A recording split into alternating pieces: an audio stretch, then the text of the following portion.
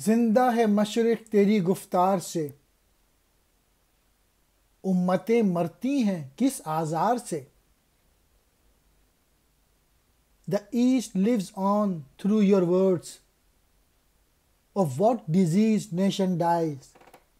اقبال وہاں روم سے کہہ رہے ہیں کہ مشرق کے جو لوگ ہیں وہ آپ کے کلام سے زندگی کی حرارت حاصل کرتے ہیں، اور جیسے مولانا روم کی حکایتیں جو ہیں وہ پڑھتے ہیں اور اس سے چیزیں اور علم حاصل کرتے ہیں.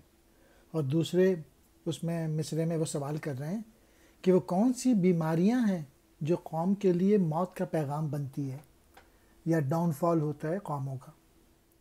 گفتار کہتے ہیں باتیں، آزار بیماری.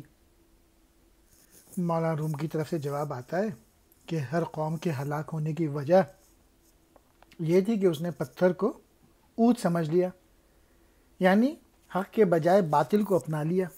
جس قوم میں دانش اور بصیرت ختم ہو جائے تو پھر اس کی موت واقع ہو جاتی ہے.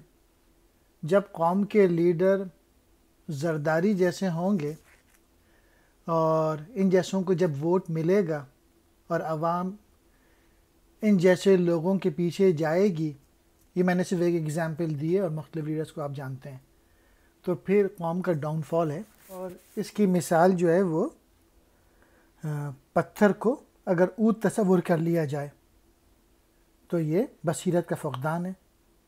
اب اونٹ کیا ہے؟ اونٹ کی خصوصیت یہ ہے کہ اس کو جس مقام پہ رکھ کے جلایا جاتا ہے وہاں پہ مقام جو ہے وہ مقام عطر معطر ہو جاتا ہے، اس سے خوشبو نکلتی ہے. تو پتھر میں یہ تو خصوصیت نہیں ہے.